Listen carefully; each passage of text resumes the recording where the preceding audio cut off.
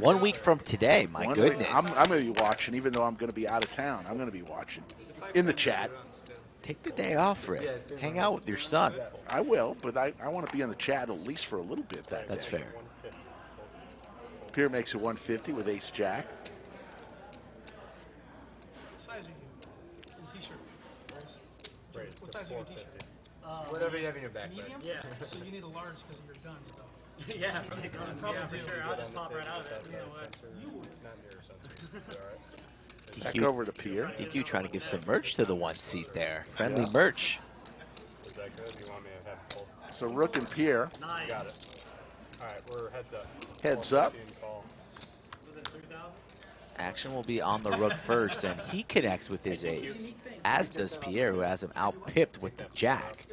Thank you. No, I didn't say anything either. When was the last time you did it run? 400. No, you know what? I've never Don't know much about the Rook, but he's been messaging me. He's got a nice t-shirt on, the Tiger.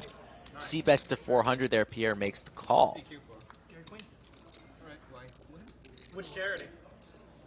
Snack Pack for Kids, which is a kids thing that helps feed underprivileged kids. Okay. Make sure that they Rook looks like a player. He's got good table presence, calm, cool, and collected. Good posture, reaching for more chips. Pair of aces here, no good, as Pierre 86% equity with the ace-jack. Price is $850. Pierre going nowhere, reaching for calling chips. Looking for a 4, 7, or 8.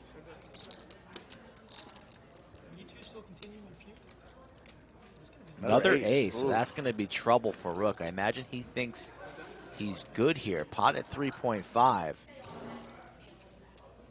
Reaching for some banana. 3,200. Almost full pot, $3,200. So right off the bat, a big one. Pierre never folding, but contemplating raising here. He knows nothing about the Rook. So will Pierre end up raising or just flatting the 3,200? What do you think, Rick? I don't think he's raising here. Just going to call it off, trying to, I do. early on in the session, learn a little bit of something about his opponent. Yeah.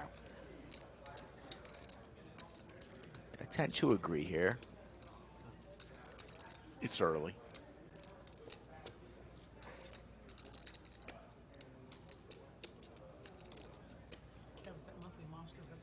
Three hands in, we already got a huge pot brewing.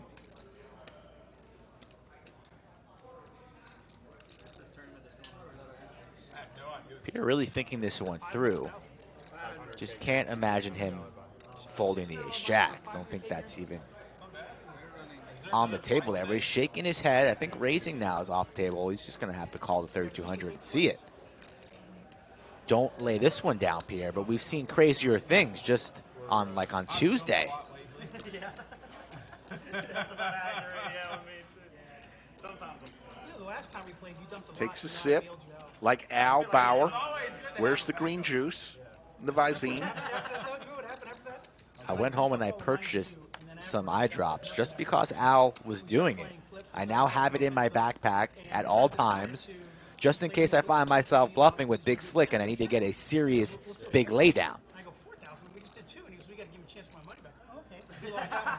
So then he goes, "Let's do another one for 8." He lost that one. Then he no, for 16, and he lost that one.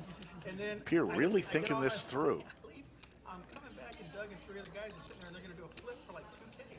So I pulled 2,000 or 1,500. I pulled 1,500 cash out of my pocket. He lays it down. And then I'm like, "This is great." Lays it down and he says, wow, this is going to look silly. I mean, it was great. You know? Wow. Pierre with a little bit of a misstep here. Interesting. When I don't know stuff about my opponent early on in the session, it's hard for me to lean on folding big hands like that, because even if I'm wrong, I find out a little bit of information on a player without having, I know we're on stream, you could wait a half hour and get a call or a text or whatever, but I like finding out what I'm up against early on in the session there, especially with a strong holding like ace-jack.